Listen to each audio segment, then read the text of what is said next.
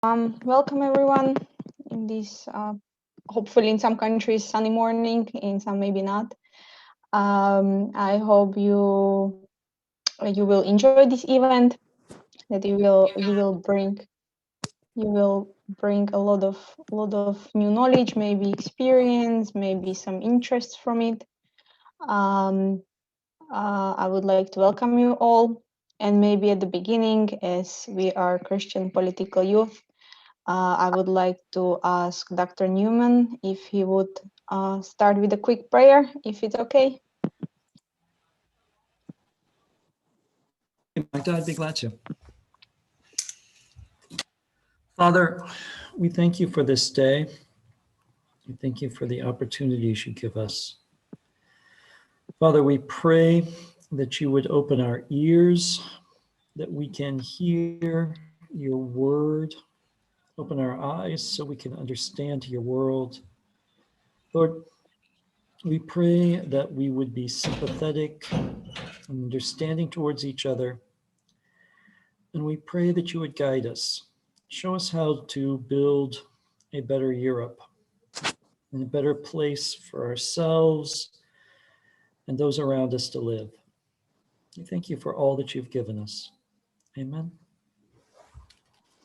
Amen. Thank you, Dr. Newman. So we would start with a quick introduction, 5 minutes, and then Leo will give us a short introduction into the topic. We will continue with some breakout rooms where everyone will have their own time to discuss and come up with new ideas, and we will finish with Q&A. In the meantime, we will have a short break. So that's for program. Now I would like to introduce myself, ECPYouth, and our speaker. ECPYouth is a European Christian political youth, is a political association of youth organizations from all over the Europe.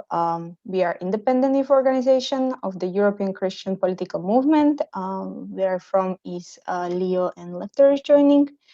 We aim to reflect and work on Christian democratic politics in Europe from an view. We build our political views on the foundation of relational thinking, which we're going to be talking about today,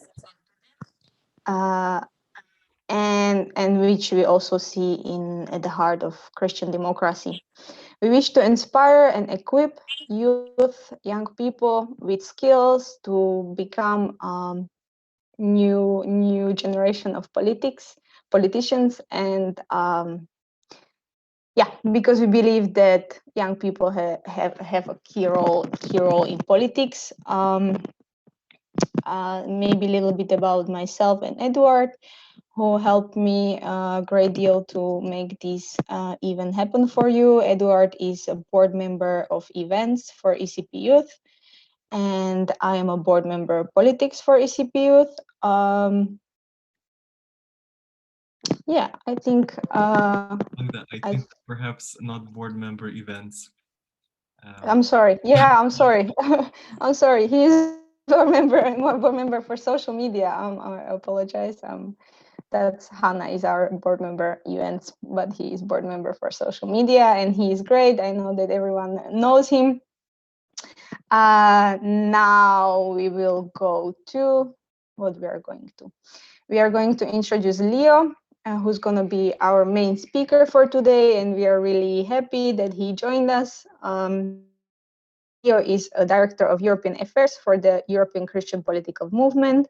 A European Christian political movement is a European political party committed to promoting Christian democratic values with social expression in public life.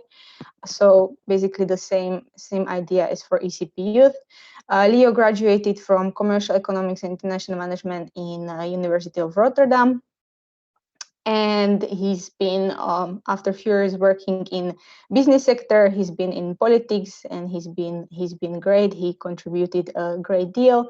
He's been active in European institutions, and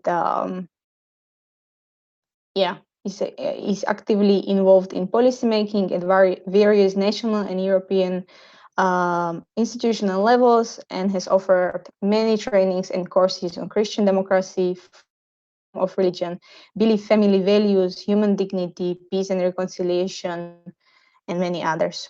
And so everyone, welcome Leo. Thank you for joining us. I hope you will enjoy this time with us. Also, I would like before to... we start, Yes? could someone enable screen sharing for me? Because Leo would have a presentation. Okay, Edward is behind the technology, so... Yes, I think you can do it now, Lefteris. Okay. Well, Okay. sorry. Sorry, Leo. I just wanted to introduce why we are here today from the ECPYouth perspective. And that's because we're going to talk about our yearly topic, which is building back a better Europe. And as I said in the introduction, ECPYouth, ECPM is both based on relational thinking and relations among us and Christian values. So this is going to be beautifully interconnected. And Leo's going to give you a background on what relation is and how it fits into life of young politicians and politics in general. So Leo, now is your floor. Here's your floor. Thank you. Well, thank you so much. It's an honor and a pleasure for me to be here. And especially I would like to thank also Professor Scott Newman for having this opportunity to discuss with students from the LCC. Also, Eduard, who was also preparing a lot on this. And I was actually asked to give actually, it's interesting to ask in maximum 20 minutes to talk about, relational thinking, how to build up a better Europe, and what is the Christian vision on politics, which is on itself already a challenge. Well, about the ECPM, we are a European political party. There are like 13 European political parties. ECPM is one of them. And actually, Politico mentioned that Politico, which is a big magazine in Europe, a political magazine, mentioned that we are actually the only specific Christian party. So we based our principles on the Christian social thinking guided by the biblical principles. So in order to discuss about how can the Christian thinking, relational thinking, can I was building up my presentation in a few points. I don't know, Lefteris, if you can share the presentation.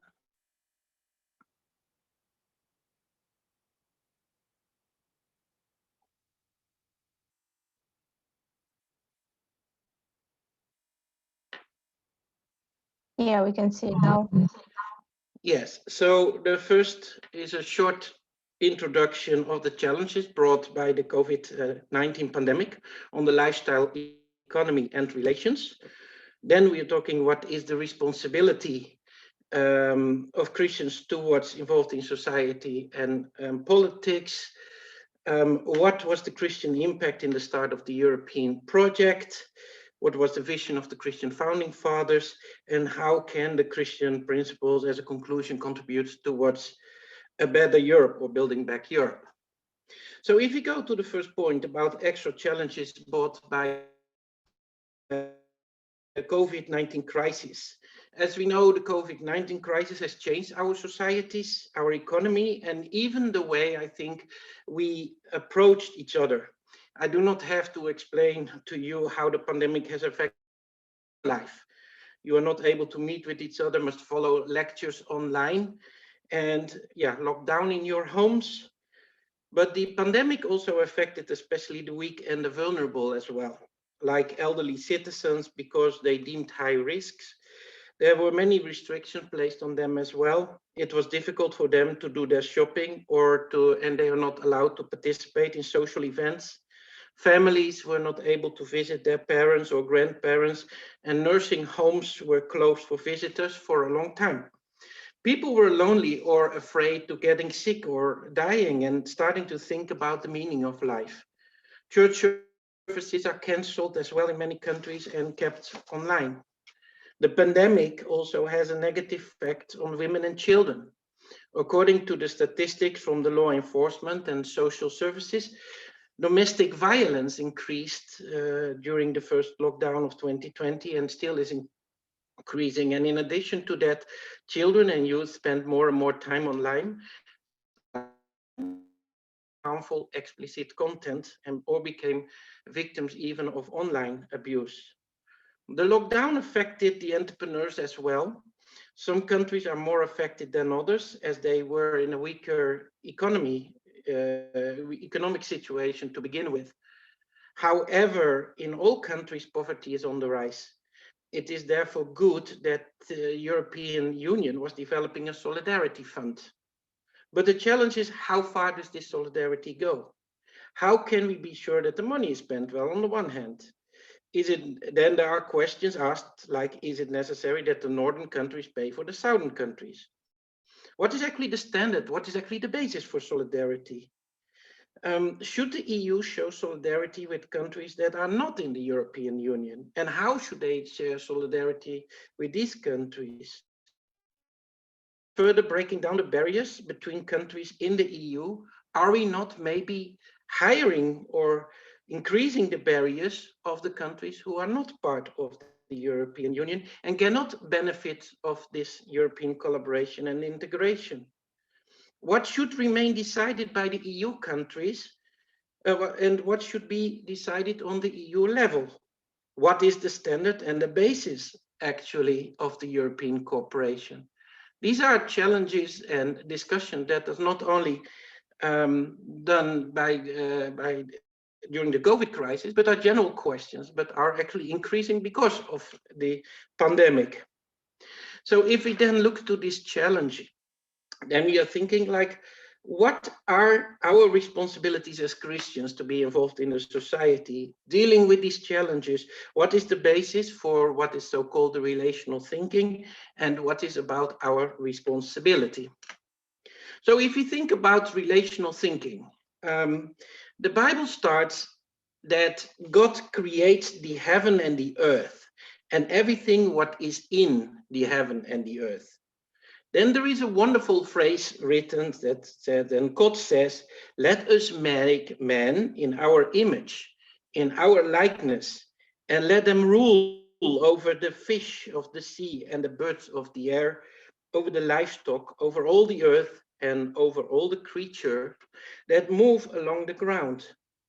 He was so happy and satisfied about the creation that he created man, and he was so happy about creating the man that he made a kind of a poem from this, because it's written, so God created man in his own image.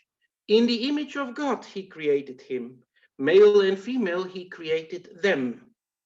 You can feel the joy of God about the creation of mankind. And then God says, let us make man in our image. God uses the plural version. God is a Trinity, is a relational God. God has three persons, like God the Father, God the Son, and God the Holy Spirit. God is love, and God wants to be loved. Therefore, he created the man towards his own image, to work with him in his creation. Later on, we read that now the Lord has formed out of the ground all the beasts of the field and all the birds of the air. He brought them to Adam to be named, and whatever the man called each living creature, that was its name. Do you understand what relationship God has with mankind? He brings the animal. He is not sending it to them. He is looking, curious how we name them, how we are using our opportunities and talents that God gives us and is in our lives. So how do we actually take care in the creation, or how do we recreate? How do we create further? And as God is a relational God, we are created in the image and likeness of God. God decided it's not good for man to be alone, and he created Eve. He's a relational God, we are relational people. So Jesus also taught us, love the Lord, your God, with all your heart and with all your soul and with all your mind. This is the first commandment, and the second is like it, love your neighbor as yourself. All the law and prophets hang on these two commandments. However, sin came into the world and broke down the relationship of man with God or with each other. Not the love of God, but the love for ourselves has become the basis. The me instead of God and the other becomes more the standard. However, in the person of Jesus Christ, a new and unexpected relationship to God and between human beings is open for mankind. The Christian redemption in terms of relationships is the foundation for a relational ethic which claims that relations are essential to any society. The quality of human life is ultimately to be measured by the quality of our relationship. Relational thinking is also the basis of human dignity, where I will come back on this, which is the foundation of Christian thinking in society and politics. So to summarize, God is a relational God, as it's based on the Trinity. There is a relational humanity given itself in its relationship and called to relationship to God, but also to relationship with humankind, to the creation. God is the creator. He is the boss. We are stewards and administrators on this earth. Third, there is a relational rupture, sin as the dynamic breakdown of the relationship with God and of the relationship with each other.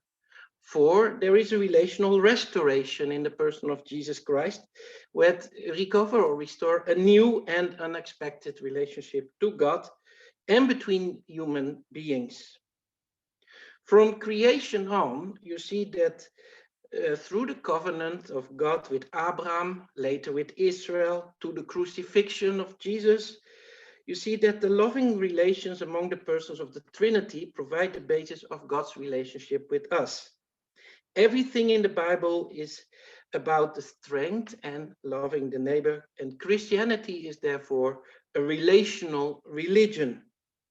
And this reflects in families as well. In the old Israel, for example, the family is the building block of the society. Families were living in a cluster of related with 3 or maybe even 4 generations, and sometimes it includes also hired workers, servants, adopted children, and so on. So this was actually the fundamental of the society. And the whole part of the village or the clan, the tribe, and even the nation of Israel was based on tribes, on families. A large number of biblical laws were designed actually to protect and strengthen the families, which is very important for the social life. Because the way the family was integrated with so many parts of the society, these laws also have the broader purpose of influencing the character of the nation as a whole. What should then be, should a Christian being also involved in politics? Was Jesus actually a politician, for example? That's also a question that we were asked. First, there are a lot of biblical examples of political leaders in the Bible. I think, for example, a good job description of a biblical politician is it should have the pragmatic skills of Joseph, the passion of Moses, the strategy of Joshua, the faith of David, the wisdom of Solomon, the integrity of Daniel, the diplomatic skills of Esther, the project management skills of Nehemiah, and there are more. What would happen with the people of Israel if these people were not on their positions? We are called to be salt and light.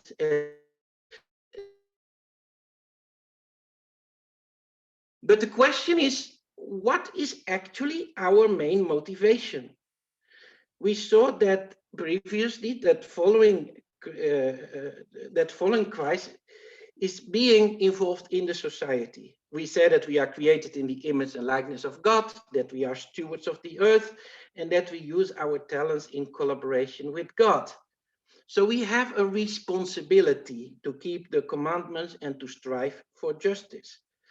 But what is our responsibility? In the word responsibility, there is the word respond. So you say responsibility. So what is our response towards God and towards our neighbor? Well, as I see that justice is for example, the big part of that we are strive for. In the Old Testament, there are two words used for which is describing justice, which is chesed and mishpah. One is more focusing on legal justice, like keeping the law, keeping the commandments, fight against criminality, and strive for legal justice. And the other is social justice, which is about taking care for the weak and the needy and the widow. The prophets write a lot of examples about this. And to summarize it very well, it's in Micah 6, verse 8. He has shown you, O mortal, what is good. But what does the Lord require of you? To act justly and to love mercy and to walk humbly with your God. So was Jesus then a politician, yes or no? Well, if we think about Jesus, he did not want to overthrow the Romans and to act as a worldly leader. However, he listened to the people, he attacked the social injustices and the religion hypocrisy in his time, and showed the love to the people and brought them also the gospel. Another perspective of life. They give him hope. Therefore, so many people started to follow Jesus that he became a political threat. And the basis of his conviction of his death were actually political motives. As we read in John 11, I think it's the next slide.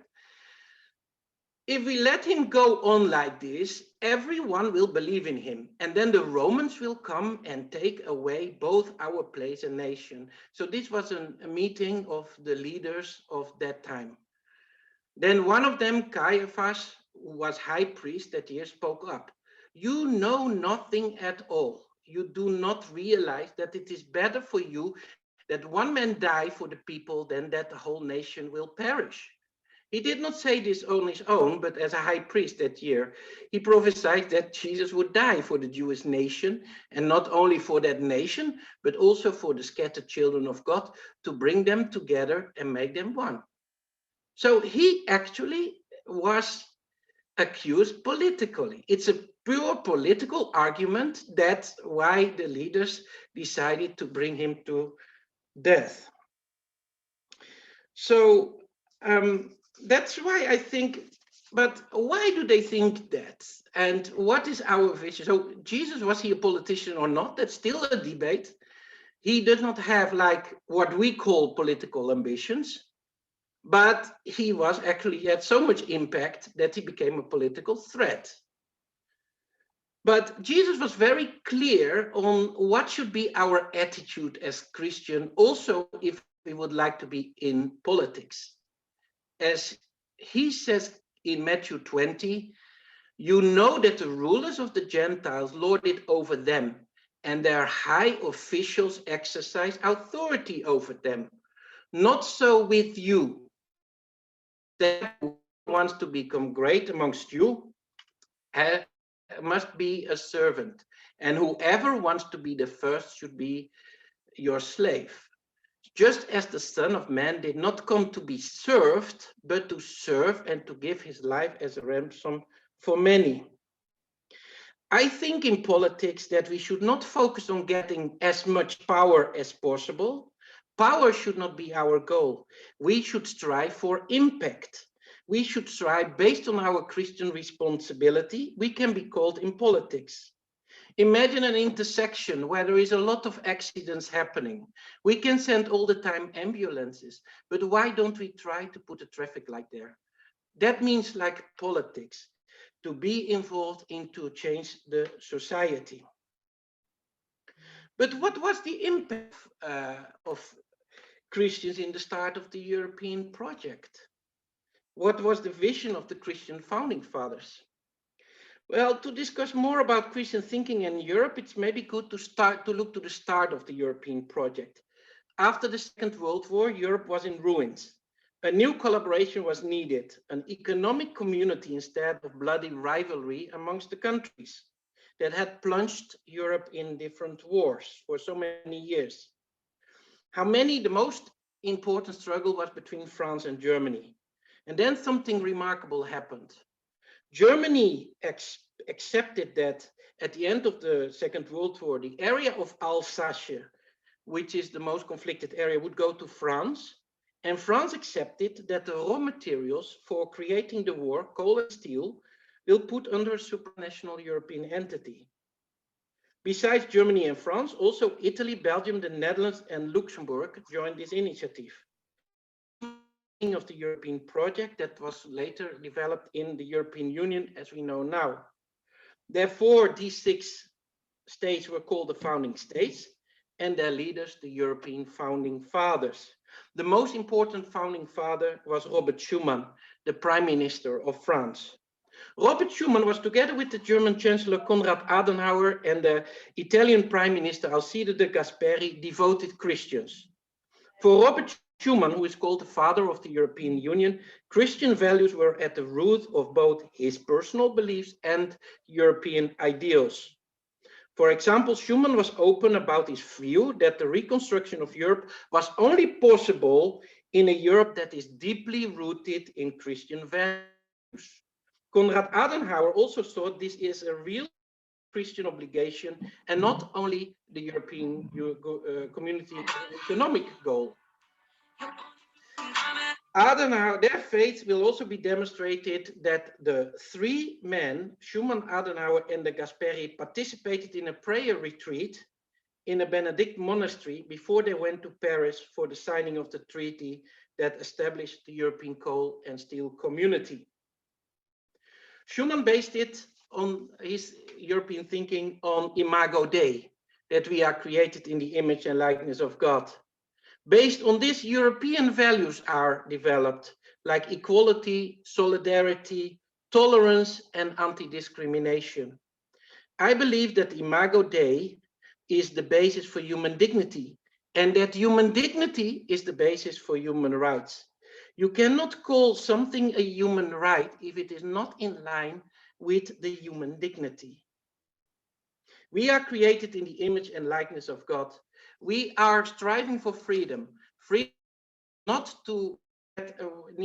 from everything that limits our individual autonomy, but the freedom to love the other and implement our Christian responsibility. The relation between Adenauer and Schuman resulted in reconciliation as well, to step over the differences and to build up the coal and steel community, in which is written that, next slide, that resolved to substitute for age-old rivalries the merging of their essential interest to create by establishing an economic community as the basis for a broader and deeper community among people long divided by bloody conflicts, and to lay the foundation for institutions which will give direction to a destiny henceforward shared. The European Union has become a closer union. More and more responsibilities have been moved to the European Union, a process that is continuing and indeed lowers the barriers amongst the countries. On the other hand, the division in the European Union between, for example, East and West, or between North and South, are large and getting bigger. The United Kingdom even left the EU because it could not in the direction of the European Union was going. And although there is a lot of more collaboration and integration amongst the member states, the question is, are the barriers for countries who are outside the EU, we think about the Balkan countries, the former Soviet Union countries who are not part of the EU, is not getting higher or too high. And although the Treaty of the European Union, the Lisbon Treaty, is not mentioning anything about Christian heritage or history of Europe, we still can see the footprints of the impact of Christian thinking within the European project. Also one of the reasons that we as Christians also should engage. Last, I would like to summarize. How can the Christian principles contribute to a better Europe? I heard once saying, if you want to change Europe, you must start by changing your country. If you want to change your country, you should start to change your own city. If you want to change your own city, we should start to change your own neighborhood. If you want to start change your own neighborhood, you should start with your family. If you want to change in your family, you should start with yourself.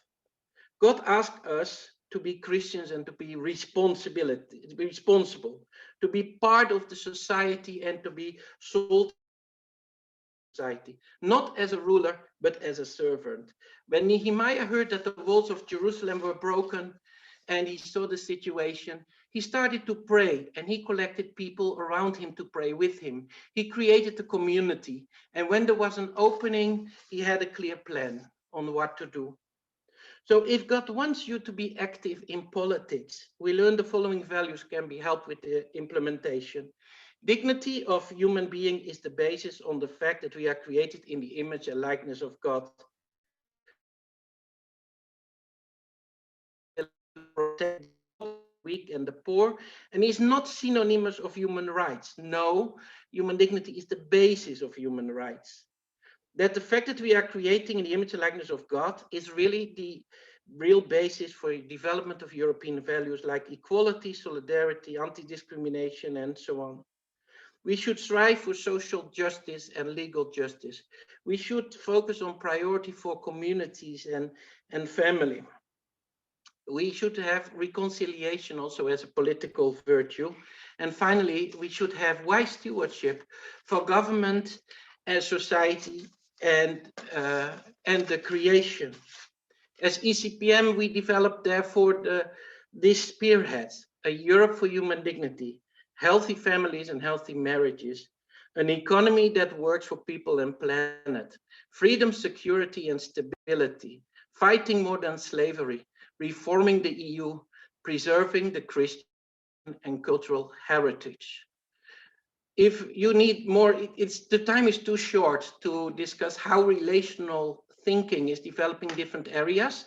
I would recommend the following books, maybe the last slide. A Relational Agenda by Jonathan Tame, and that is more also how relational thinking is affecting on different areas, economy, artificial intelligence even, and so on. You can find also some more books in the Salux, which is our think tank. And I put some articles on my blog as well on actual topic. I wish you all many blessings in your activities and in your involvement in the society.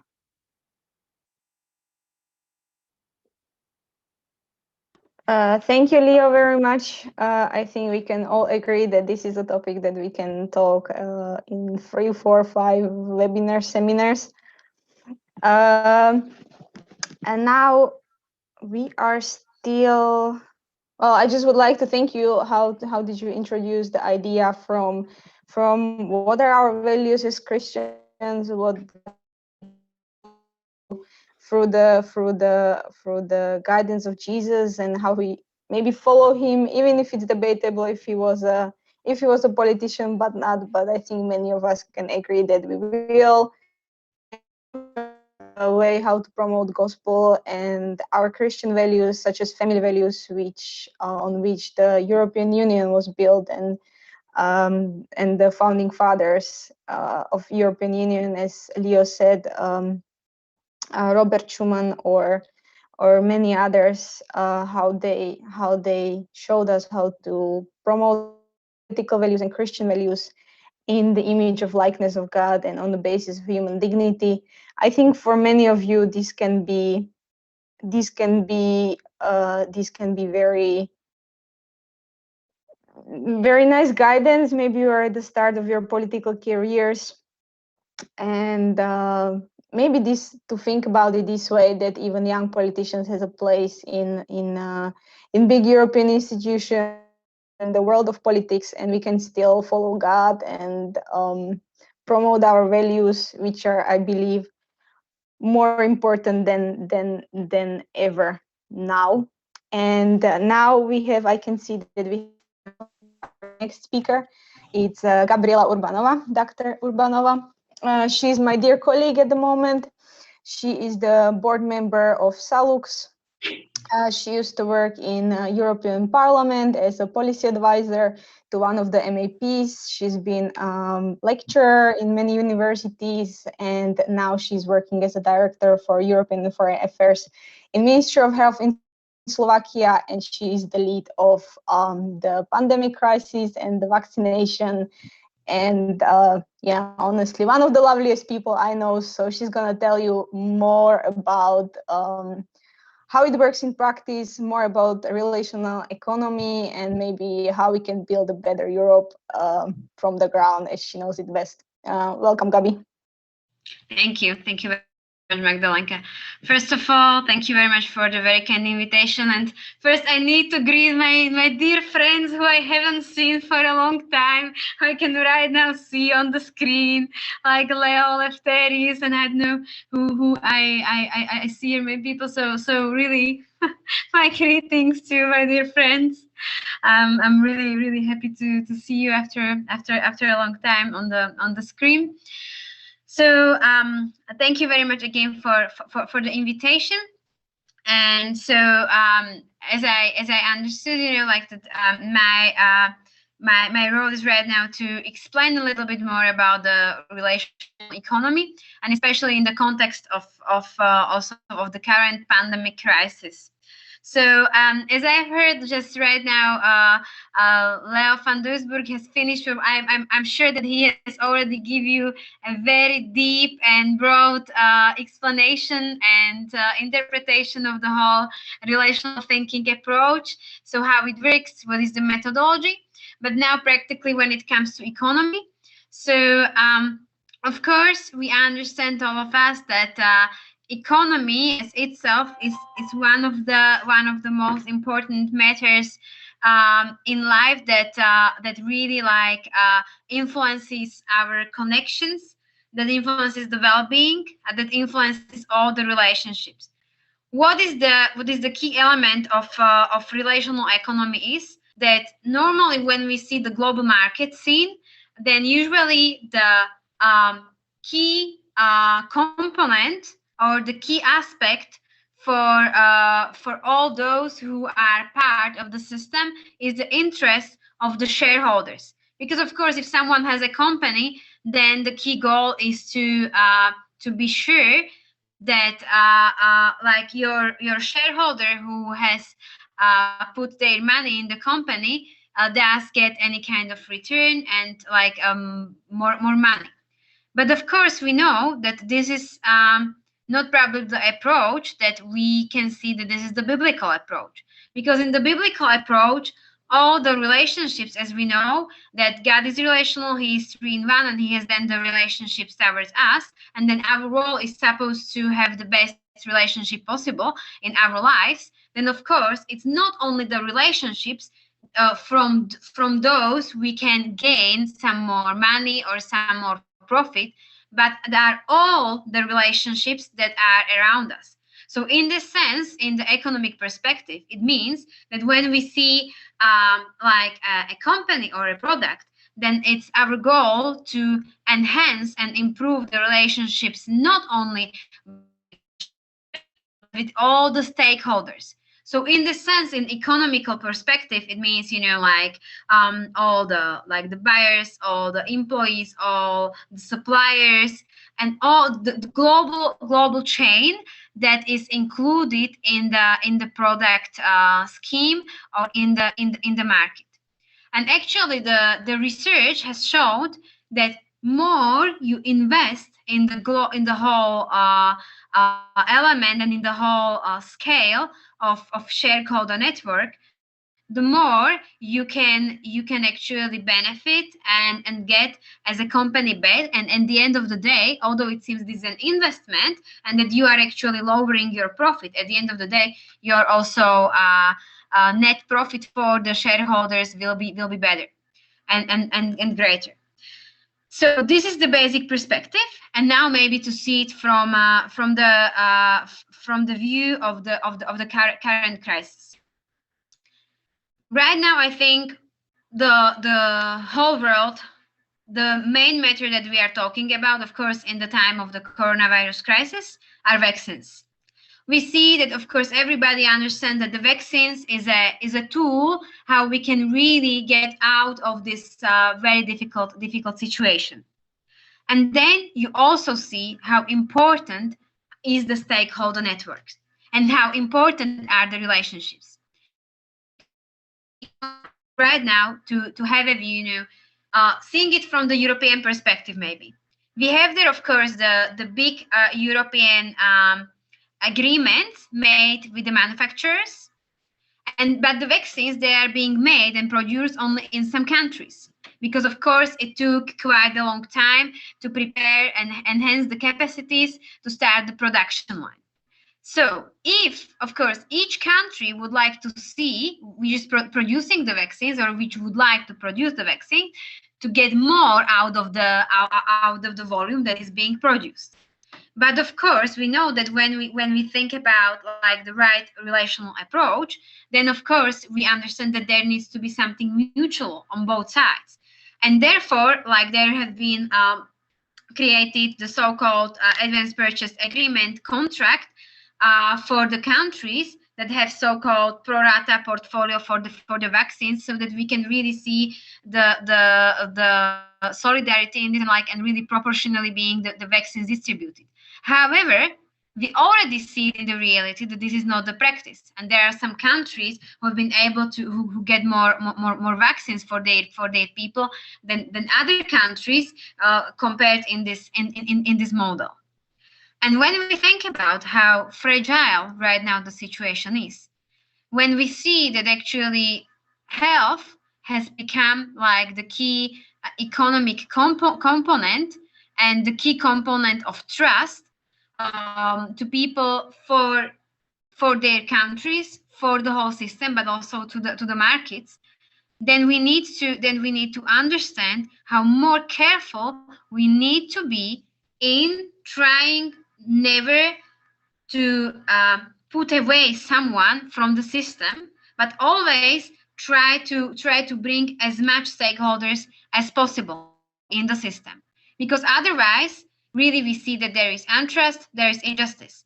The greatest example from the last days is the contract with AstraZeneca, one of the greatest manufacturer, where we have seen that actually there have been a big deal, big contract. However, it is only advanced purchase agreement, and right now we have seen that the doses that were supposed to be delivered for European Union have been delivered to other countries and have been bought by other private companies, and right now they are being sold for the price that is 10 times bigger than the original price. And there we really see that if we do not allow in the system, like seeing the voice of the stakeholder society, then we will only look at the profit. At the end of the day, also with the possible costs of the harms for lives. Because right now, if we, of course, less vaccines we are going to receive, it means still like the longer time we will need to face this crisis, and more people will die. So we really see that if this is an example, if price is the matter and of economic decisions, then it really can have very bad influence.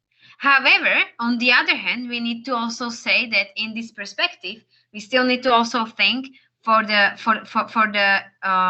maybe poorer countries, and need to really see there as a solidarity matter. However, we really need to also concentrate on the aspect how to assure that never like health will be matter of higher profit. And in this sense, like how to secure something like this is the relational economy really brings a great answer. However, of course, in the reality, it is very, I can say, demanding and very not easy task to bring this kind of approach into practice. But I really truly do believe, and also right now seeing it really as a chief expert on the vaccination strategy for Slovakia, that only when the countries with whom we have better relationships, we now really see that there is a greater cooperation, that we are able maybe to send our medical staff to these countries. They are able then to send to our country some other maybe medicine and so on. And really, in the end of the day, to do the economic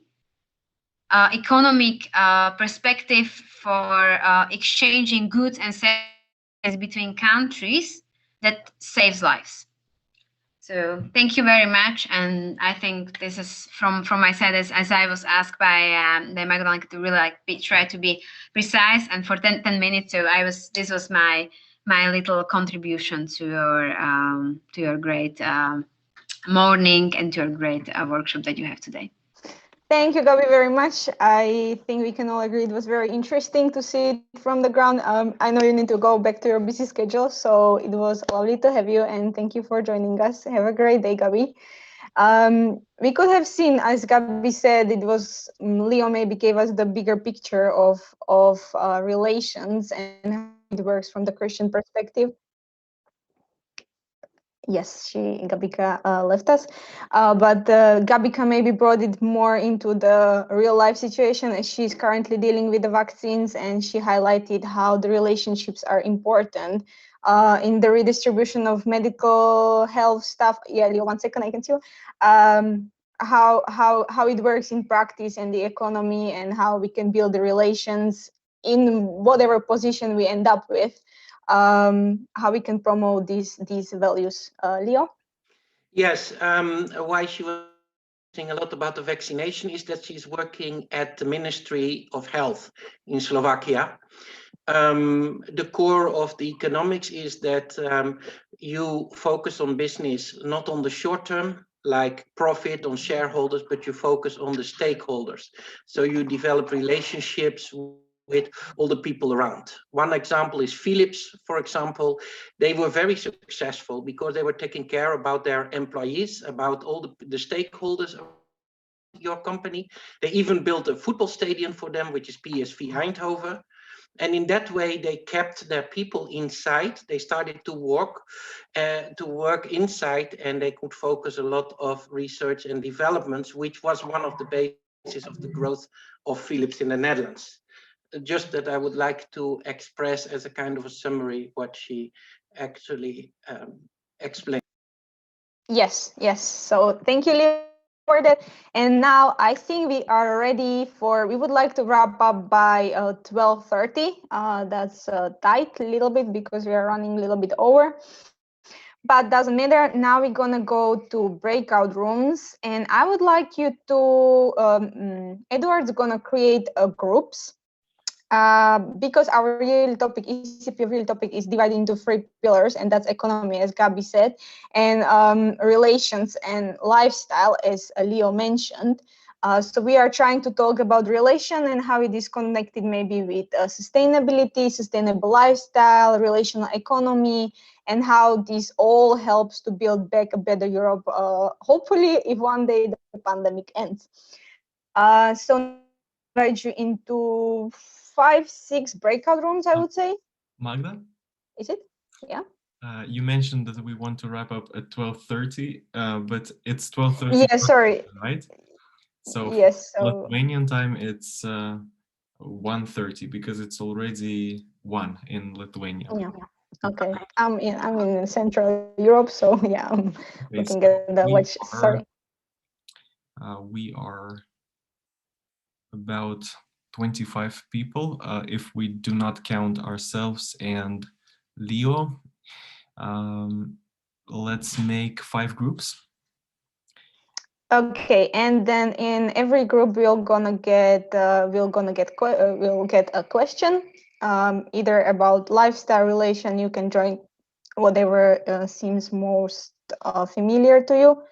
And then we would like you to have in each group one main speaker and one, let's say, leader of the group who's gonna, bring the discussion and who's gonna be taking notes.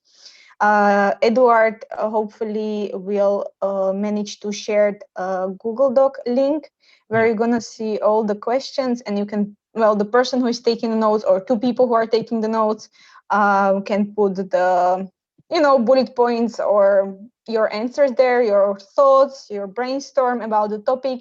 Focus on how to build back a better Europe. So all you heard, put it in a practice.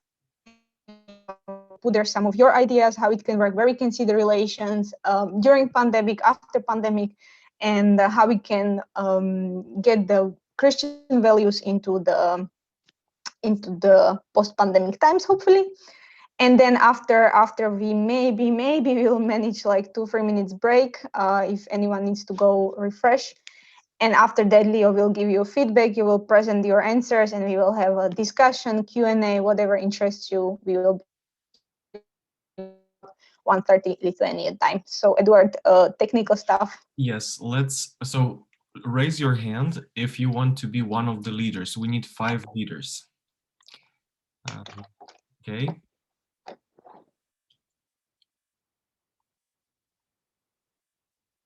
Okay, so far nobody raised their hand. Okay, we have 1 hand. So Basil, you will deal with questions about lifestyle. Also, just to motivate you a little bit, there's going to be a certificate at the end. So whoever survives till the end, and there will be awarded the certificate. And we can put there that you've been a leader of the group. So if it helps as a motivation, please raise your hand. It's nothing hard. You just need to. Okay, we just need to. Valerie. Okay, great. Valeria, I guess. Where are you? I already lost you.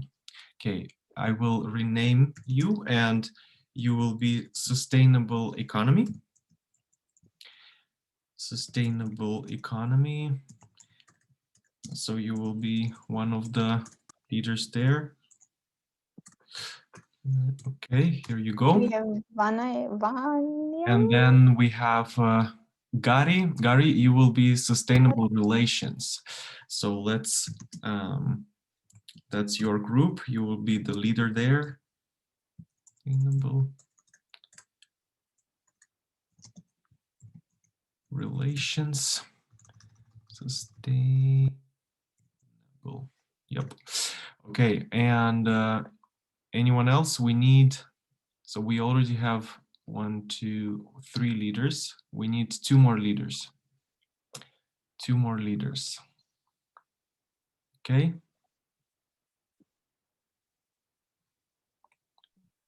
Edik, somebody would like you to describe what we should do as a leader. Yes, as a leader, thanks for the question. As a leader, you will just, you will have a question to discuss in your group.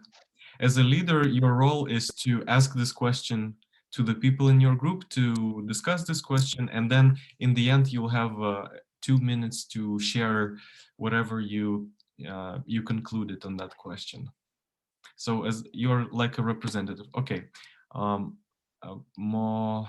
Mojaina, if that's the correct way to pronounce your name. Thank you so much. You will be leader 4. Alan, I think. Okay, so you will do sustainable relations.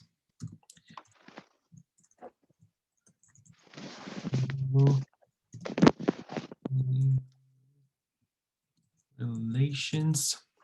Great. And anyone else? Alan, I think we have Alan. Alan, okay, Alan, thank you so much. You're 5th leader, and you will do sustainable economy as well, because they have more questions there. Great. We need 1 more person. We have in a group chat, Mozaina. Yes, I already, Ina. Oh, okay. I already Sorry. added. Okay. So you can see their names. So let's create groups of 5, and feel free to join. Okay, Basil, join room number 1. If you can find it. All right. And will you send the Google Docs in Zoom chat or? Yes, I will. All right. Room number 1. Okay, then we have Alan. join group number 2. I actually don't see the breakout rooms. Is it only me or? Okay, just a moment. Open all rooms. Okay, now I can. Yeah. Now I see. I Thank can you. actually assign you guys. So I already assigned Basil to group number 1. Alan, your group number 2. Valery, group number 3. Inna, group number 4. And we have Gary, group number 5. So yeah, and the rest of the participants just join one of the groups by your interest, and I will send you the document, the link to the document. Okay? All right, I'll head to the room, yeah, now. Yeah. All people head to the rooms of your interest. And what time do you want us to come back to this main room? I would say 15 minutes, and with that you can take 2 minutes break after you finish. All right. You know, if Okay. you need to refresh. All right. So 1:15.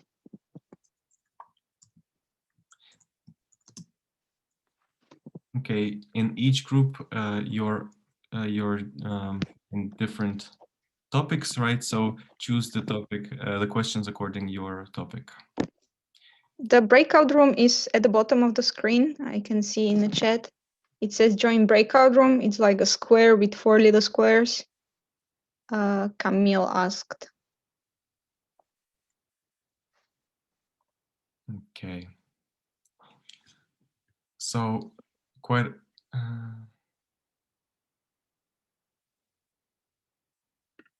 Hey. Hello. You asked for help? Google Doc because like it show in the bottom line and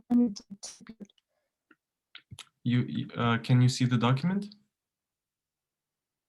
no, I can. Where I can like try to find it. Maybe you'll send in the chat. Yes, I think I did. Just a moment. Okay. Let me send it to you. Okay. Can you see it now? The link? You got it? Wait, yeah, perfect.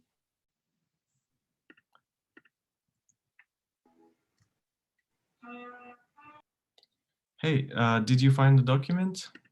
Yeah, Gary just went to the main room to ask you, but now you're... Yeah, I'm back. Yeah. I just wanted to get the link. Okay.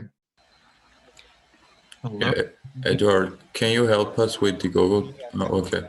Yeah, yeah. Yes, sure. Sorry, I thought it was sent, but it wasn't apparently. Yeah. Okay. Now it is here. So. And do we have one more member in our group? Let's see.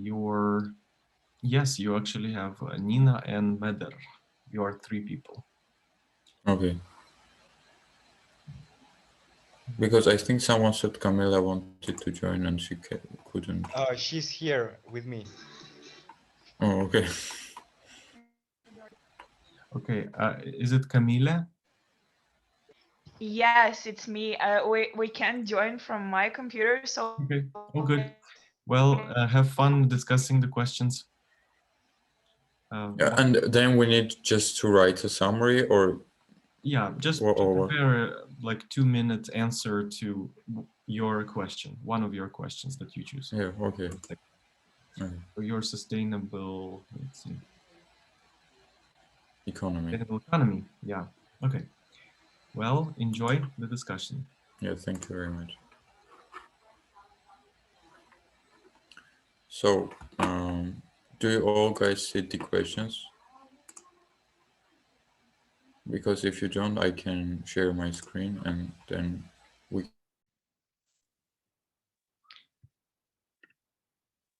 Okay.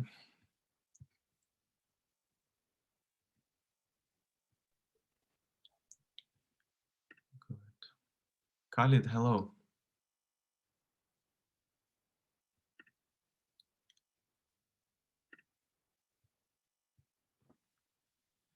So there are 2 people, like Camille is just in the room, in a different room. So she's also working. Okay, so see you in...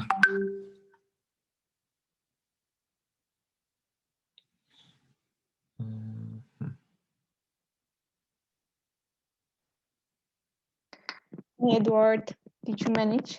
Yes, some people requested my help to find the document. Apparently, it was not immediately sent to each group separately.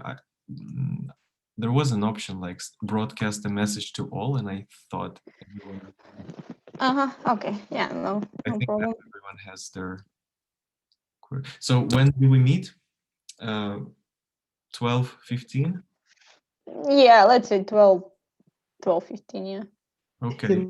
Hello, where to find the link or whatever for Oh, the question? Khalid, hello. Are you in one of the groups yet?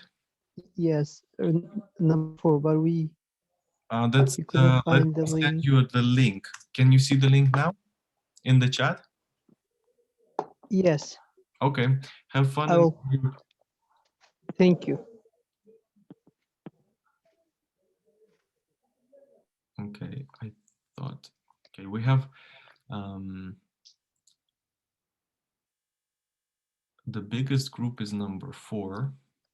I went to see the economy group, but there's only Valerie, but she said she's fine to answer it on her own, so Really? Is she the only one there? yeah, I asked her, I told her to go like to join some other group, but she said she wants to do it on her own, so I was like, okay. Fine. Okay. I mean, Leo, yeah, maybe if you want to go or something, or shall we work so they work alone and just leave it for the feedback?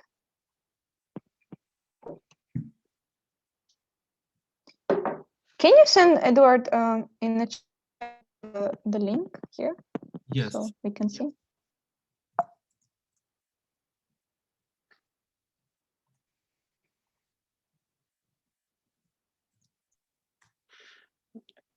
Can you see? Well, yes. Well, but I don't think it's a good idea that I will go to the groups because it's good that they will discuss with each other, and else I will go.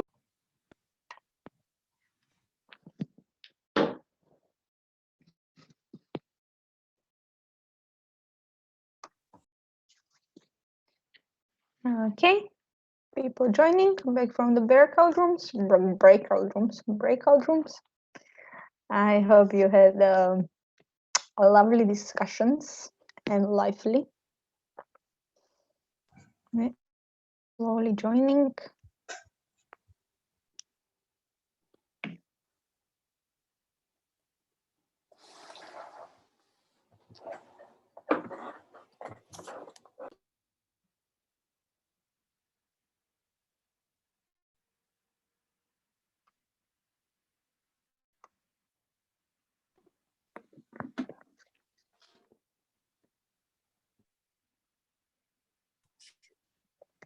Okay, a few more people.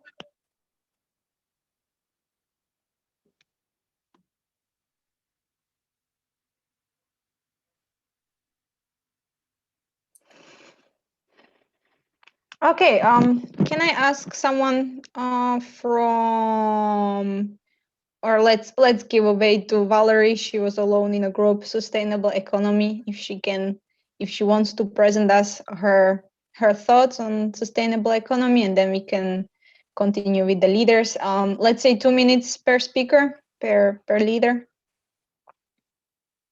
Okay, I can start, I guess. Thank you. So I don't think that my opinion is so good. So, but I at least tried to do my best. So my first question was, how do you think European? I'm sorry.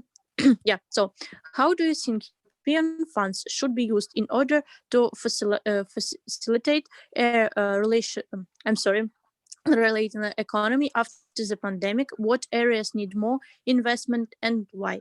So I think, and by analyzing the situation in my country, Ukraine, I can said several conclusions. So we suffer from medicine and helping people. So first of all, we need to develop this structure. Also, many businesses were closed due to the fact that there were no people and interaction with them. After all, many businesses are in a service sector, yes, and no one used these services during like lockdown and pandemic at all. So why is this in like an important sector? I answer like this because it's a business that helps country with the taxes and thereby makes it possible to invest in medicine as much as need. And if you help the business a little, yeah, then in theory everything will be fine. So economy will work, not like just a stagnation process. So my question, so here it might seem like companies sometimes use sustainability as a trendy marketing word. Example, Apple decided to not ship chargers with their newest iPhone, allegedly for ecological reasons. Chargers sold separately. What difference would a relational approach make in the way businesses treat sustainability? So as I understood, yeah, considered Apple's example, they actually only spend $1 for a new packaging for power supplies, yeah, maybe not less, like maybe even less than $1. So those they retain the parameters under the adverse effect of the external environment of development, so COVID-19 crisis, etc. If I understood correctly, the relational approach, then this is interaction between objects due to the coexistence. Yeah, I would say that a strong monopoly has appeared. After all, small businesses began to die out, and big one become to buy, invest, so on. Thus, allegedly helping to economy, it destroys it because the market will be owned by only one or two companies at all.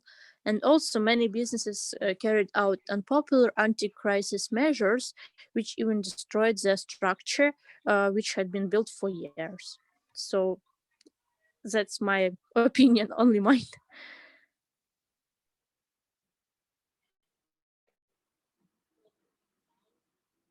I'm sorry. Magda. Yeah, you muted. Yeah, thank you. That's an important thing to do. Yeah, thank you for that. Who wants to continue, maybe connect with this? Also, we are going to run a little late. I think we're not going to make it in 4 minutes, all of you. So who wants to stay can stay. Anyway, you all will get the certificates. Edward will email it to you. Leo will be giving a feedback as if he can stay. If not, we can just have a discussion. So from now on, it's free, program free. But yeah, whoever wants to continue can continue now. Leo is listening intensely, and he will give you a feedback.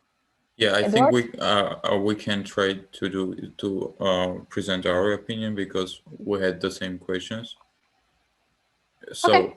Yeah, our group thinks that COVID-19 showed us that there are many weaknesses in even in European countries, and small businesses suffered the most, considering that they also that this is how they live their everyday life, and without the business, then they have big issues with supporting their lives. So I think that after pandemic, these funds could be used for regional support for small entrepreneurs, and for this would raise the interest of people to make investments, and also Please mute your mics. Yeah, okay, Diana. Thank you. You can continue. Yeah, and so that also international community is looking for these people in this case, if the European funds are concentrated on this regional entrepreneurs. In case of my country, Armenia, now there is rising funds both from Europe and Armenia that try to support small businesses and in the regions which are not that developed, like the capital city of Yerevan. And this is really good because during the pandemic, these people who are far from the centers, health centers, and all these important institutions, then they suffer the most. And if we have small businesses, then there will be more people, and then there will be need for good health centers.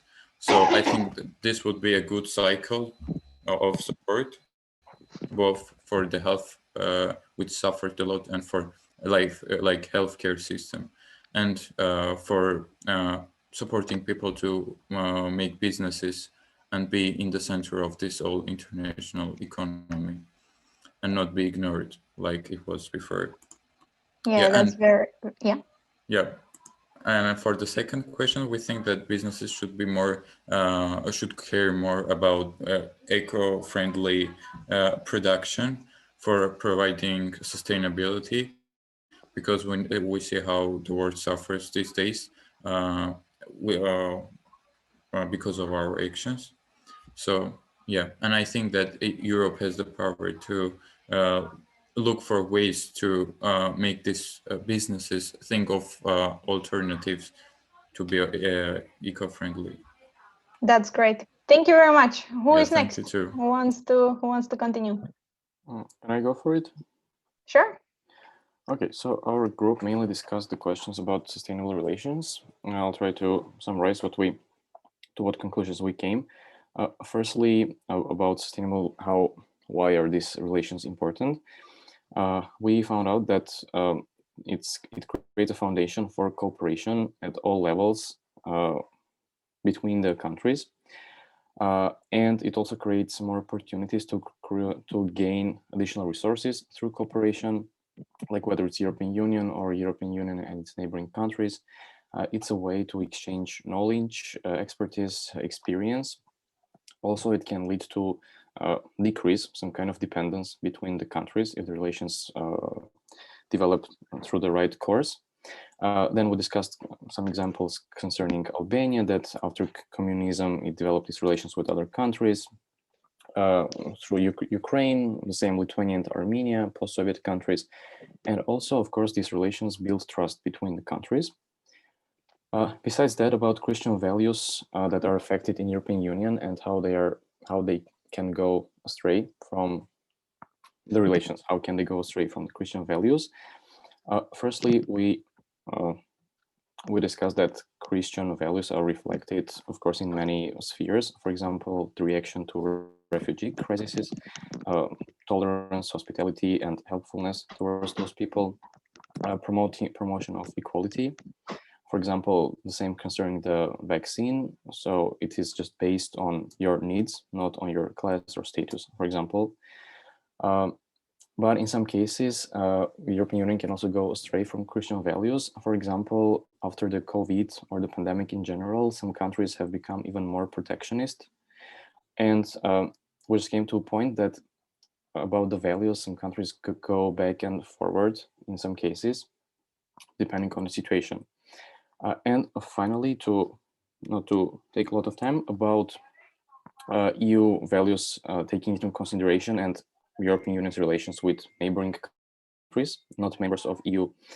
We understood that EU in general has good intentions towards those countries, but however, EU cannot also force those countries to, let's say, gain its values, because that's also not the correct way to promote your values.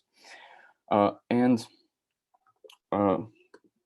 yeah, EU simply can help economically or politically to many countries who need that, especially the post-Soviet ones, but also it cannot force them to gain those values.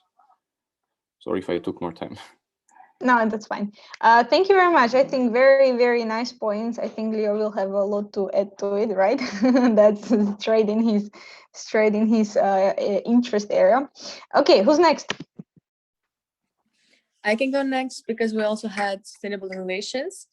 Okay. And I don't have the questions in front of me, but I can make a summary of what we discussed in the group. Yeah, just a brief summary what you talked about. Yeah, and we also talked about sustainable relations, that they are very important, and to have a prosperous life with everybody, and to cooperate and to work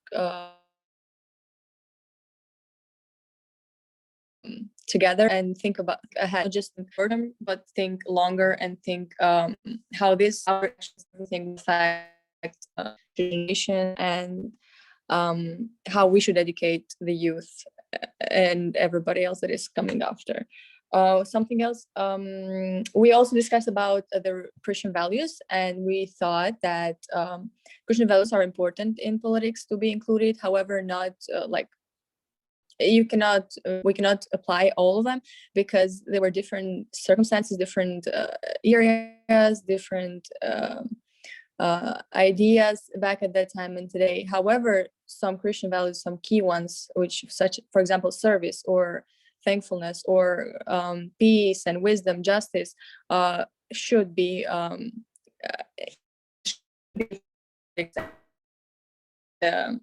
continuation and for the benefit of all. And we also think that sustainable families are also very important. If children are going to be raised in a sustainable family, and they are going to know more, and they're going to be more productive for our society and for the whole body.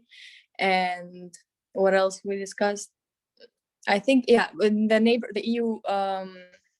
the EU relationship with non-EU members, we thought that we discussed that there should be a relationship, of course, but with a set of boundaries and some limitations, not to become dependent on each other.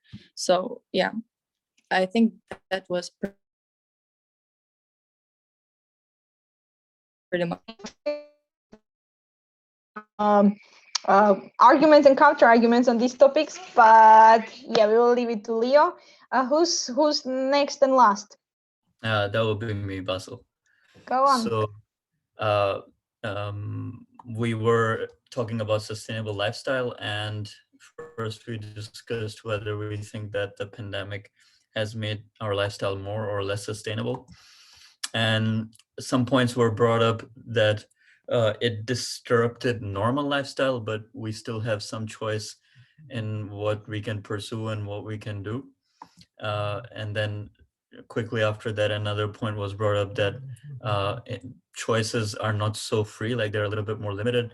And one of us said that if the government chooses for us in terms of what to do, like health, communication, then it doesn't seem very democratic, and people should have the choice, whether they take vaccines, whether they self-isolate and things like that.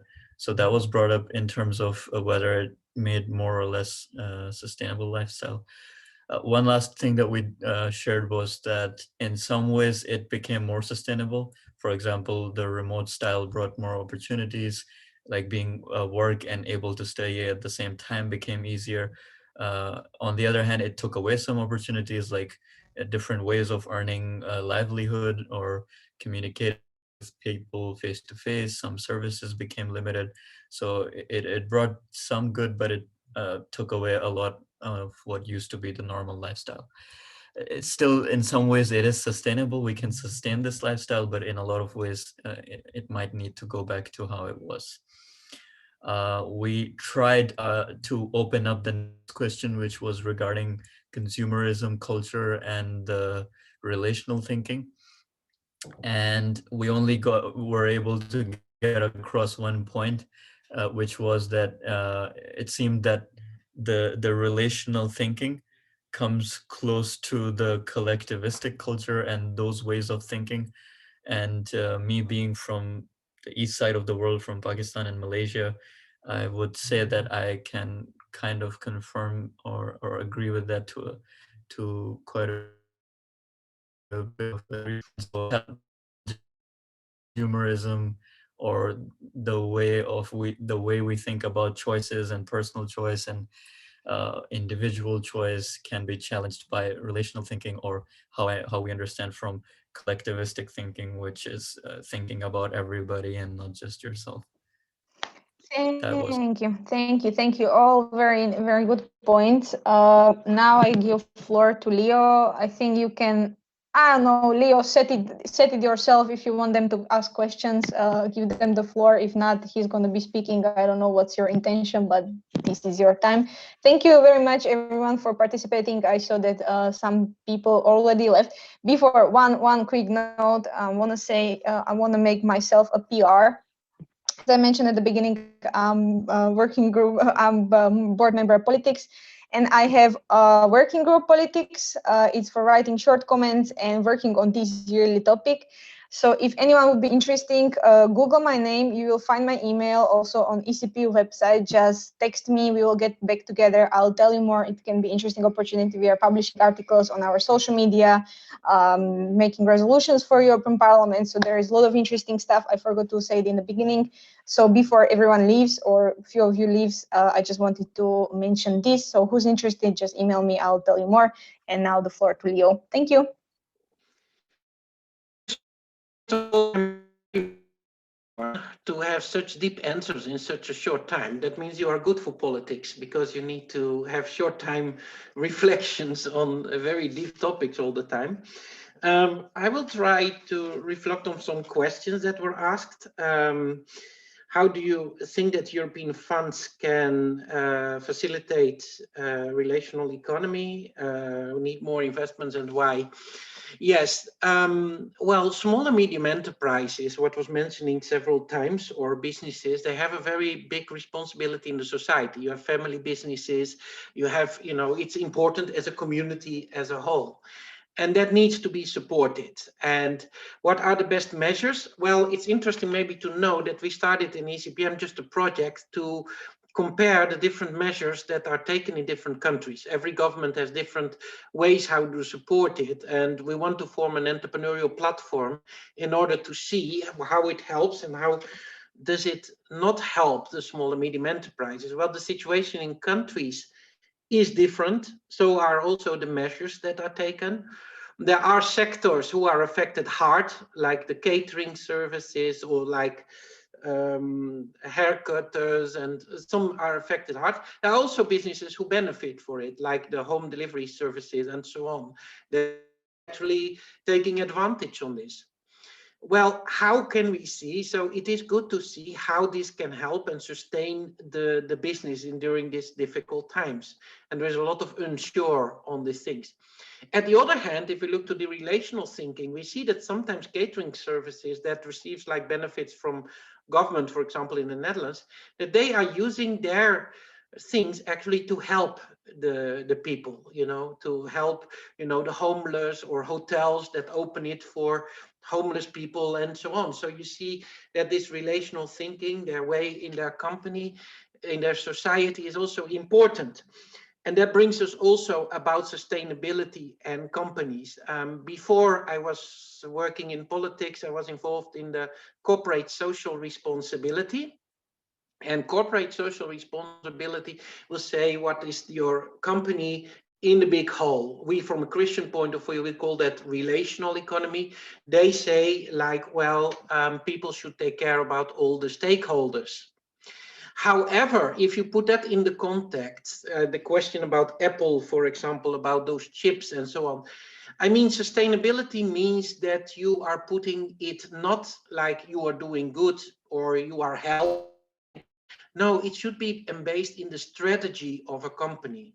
So environment is good to put this in a strategy of the company. Why is it good to put in a strategy of a company? Just from a practical way, is first of all, you develop the research and investments. So you are researching, you are developing technologies that maybe help in a society. And if a company is putting a strategy on a relational economy, helping and building up relations among their stakeholders, people are proud to work on it.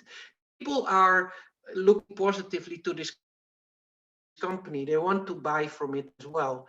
So based on this, you can say a relational business strategy is that in the company strategy, you invest. So doing on sustainability is not a cost, it is an investment. And that is important if I think about this thing. Well, indeed, it is true that the European Union, in our opinion, needs to fund and actually focus on investments. And how different countries can go through. So actually that was what was the discussion in the European Parliament when there was discussing about the Solidarity Fund. There was one side like we would like to help, but at the other hand there were talks like, well, it is good to help and to support, but there should also be a responsibility for them, you know, like accountability. How is this money used? And then you see this kind of tension taking place, like why should that mean that Italy or Spain should be scrutinized, or how does it see? But then the northern countries say yes, but we want to help, but not don't want to give a blank check. So these kind of discussions were going. Yes, and Europe also has to look for, you know, alternatives. I think that about sustainable economy, I think if I miss something, let me know about this. Yes, and oh yeah, about big companies and monopolies, that is a thing that you see a lot, and that you see also with the European integration. One is if a country joins the European Union, like for example Romania, I saw that it is a lot of consequences of small and medium enterprises who were not able to compete to the new companies from the West. About sustainable relations, yeah, I totally agree what was said generally. Research relations, which was mentioned, Albania, I think that the basis of Europe to develop economic collaboration in order to go above the political situation, we call it economic diplomacy. Albania also with the countries around and with the European Union. Also, I agree that with the neighborhood policy, that it is important that countries will have the freedom to have their own culture and being respected. And you see it sometimes a kind of a pressure which is not respecting these things. And you see indeed that countries sometimes, or even the EU, is getting back to the protectionist thing. Think about the Britain when the European Union has a conflict with Pfizer. They wanted to close the border with Northern Ireland, which is one of the principles that they expected not to do. There was an agreement that never they will come on the border between Northern Ireland and Ireland, and then suddenly the principles was putting overboard. It was only a few hours and there was a lot of critics, but you can see how quickly there is a crisis, that everyone is forgetting this relational and focusing on their own interests. About sustainability, there was saying that Christians, our values are important. We cannot comply all of this. If I'm thinking about Christian principles, I'm thinking to the basic thinking about how do you see that we are created in the image and likeness God, that is our responsibility taking. So these are the principles. How this is implemented, that is even within the Christian world, are different opinions about this, like different areas, that there are different debates on this. Last thing is that with the EU neighborhood policy, yeah, boundaries and not dependent on each other. Sustainable life, yes, I agree that everything is quite of changed. Consumerism also, but at the other hand, we can also think like, how can we in our lifestyles be there for other people? You know, how can we reach out to the older people, or maybe have our responsibility if we talk about consumerism, but what are we doing, for example, for the people in need? In the Netherlands, there was a big platform where Christian organizations and volunteers come together. Maybe we can contribute there as well. And especially now we see how important is the basis of families and communities in order to catch up all the problems that cannot be caught up by the governments or national governments. These are, I think, the questions, the answers that I have on the different questions. If anyone has questions, I think we're going to wrap up around two Lithuanian time. Feel free to ask Leo as long as we have him. He is going to give you great answers, I believe.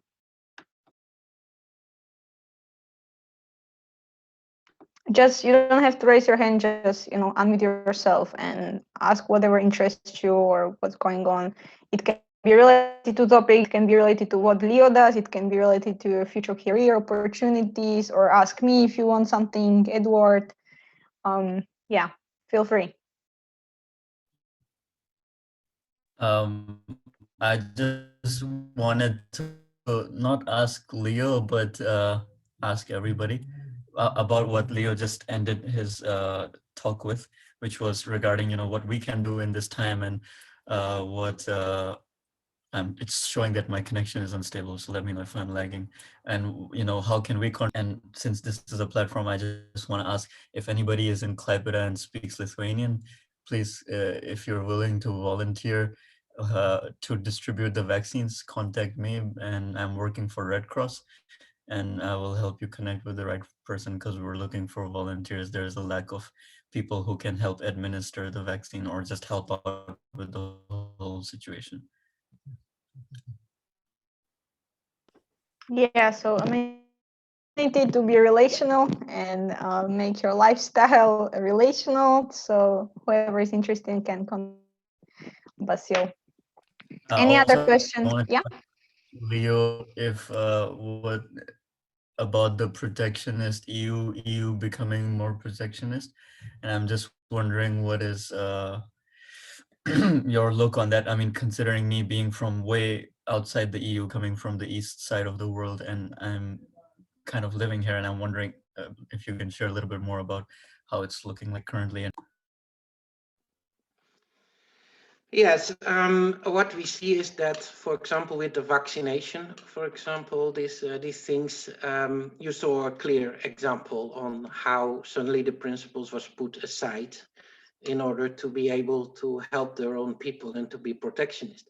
But you also see within the EU that when we needed to have these protection materials and these masks and protection materials, that sudden, and there was a lack of this in the beginning of the crisis, right away every country started to compete with each other in getting to obtain these masks.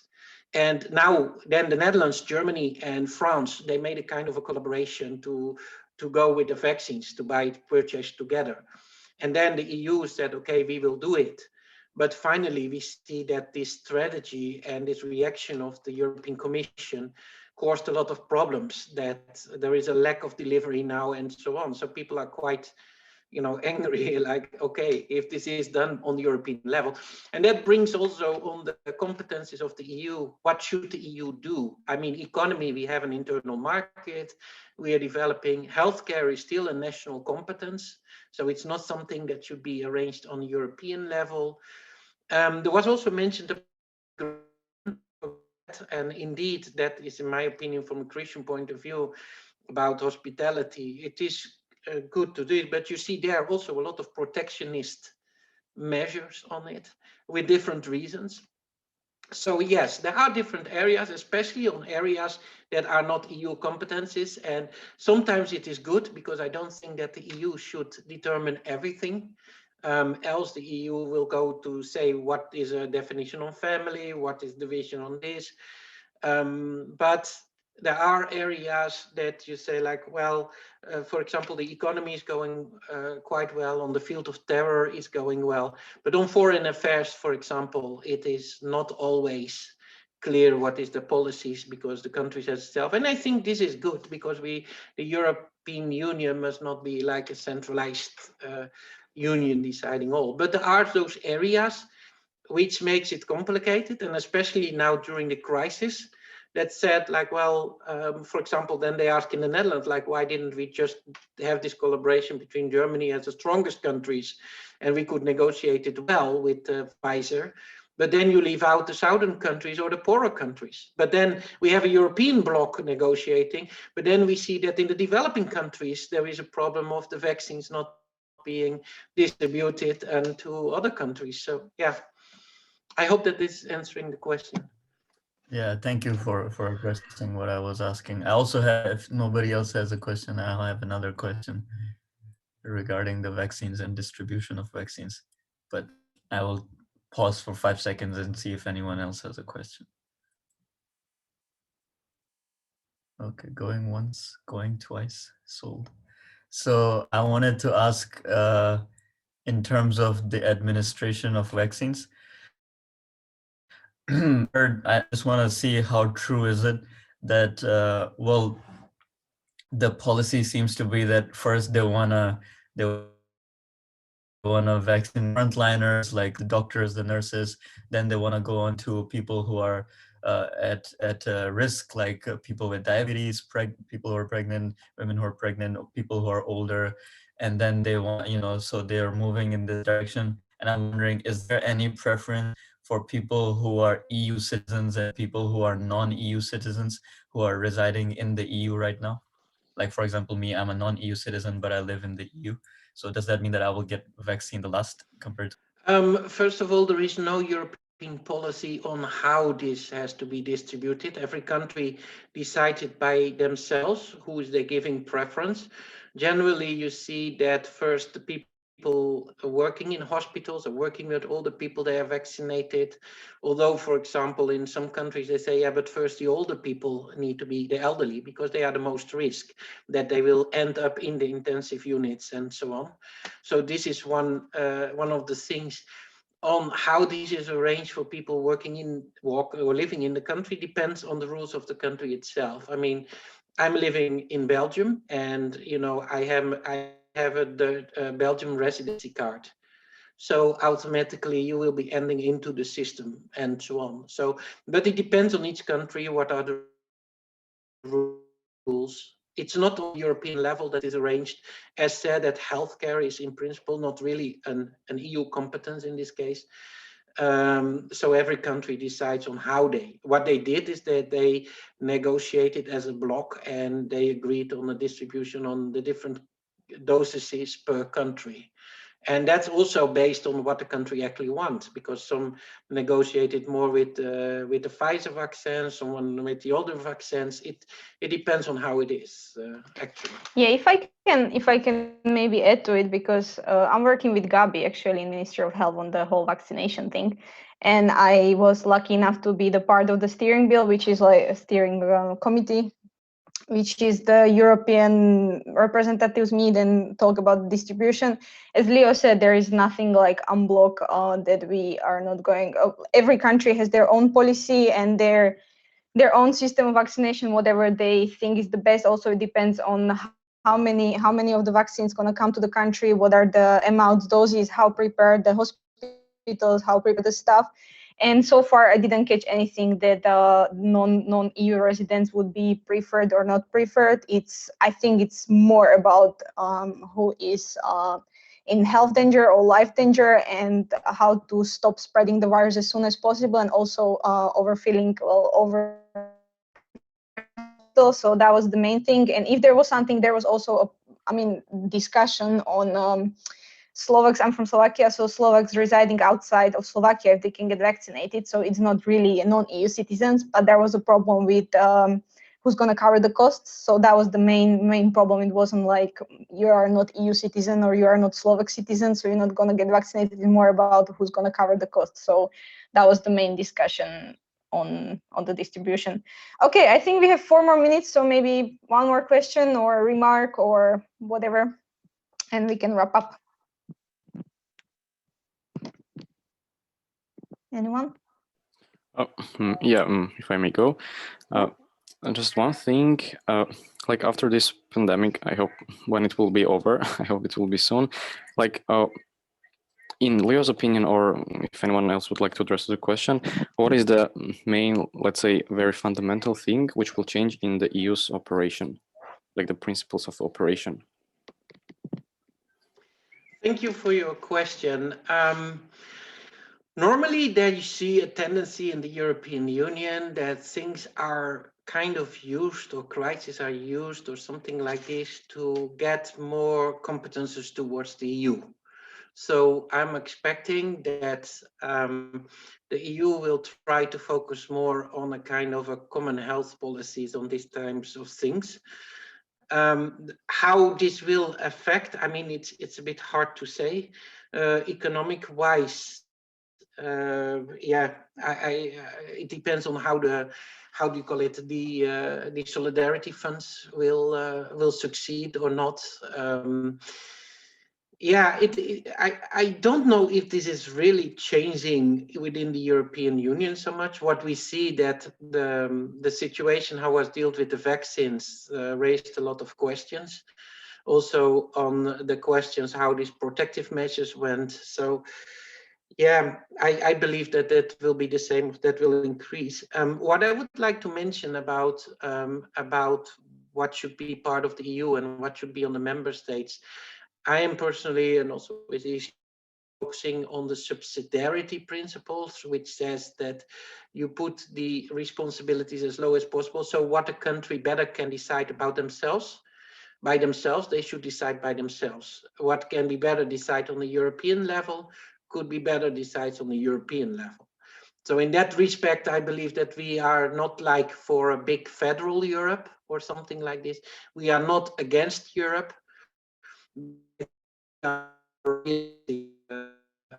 On Europe, like, okay, if it's beneficial, it is okay in these things, but sometimes things can be better decided on a national level.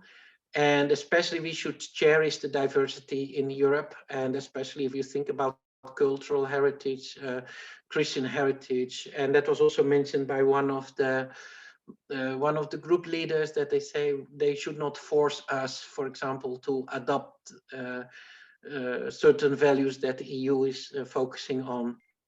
Yeah, so it will not. So it will not have a affection on the sovereignty of the states. The opposite, like it will lead to increase. No, I mean that is our opinion. We have a whole thing. If you look to the website on ecpm.info, you will find some more information. For example, our manifestos and explaining our spearhead, how we work that out. But yes, we are saying like we should reform Europe and to really focus again on what is the Europe doing, and should the EU really involve in the different aspects, and maybe what areas are Europe not focusing too much and could do even more. But we should go back to the roots and to the core competences of the EU. But that's how this is worked out. Is in different areas. You can find it in the documents that we have on our website. Yeah, that's a really good last point to wrap up on. You can go to our website, either ECPYouth or ECPM, also Facebook websites, or any social media. We are also on Instagram. So click the follow up, subscribe, whatever the YouTubers say these days. I hope you enjoyed this session, that you brought. Thank you for bringing interesting ideas, interesting points, being active. We still have 14 survivors, so thank you for that. Thank you for Leo. You've been amazing as always, and very good points. I hope that that a lot of you will have nice background of knowledge. If you want more information, I think feel free to email any of us, either Leo, Eduard, me. Also, Eduard will send you all the certificates. And join our next events. We post everything on our Facebook website. And thank you again. Have a nice day, all of you. And yeah, that's about that. I hope to see you again soon. Thanks so much for your time. For arranging Thank this. you.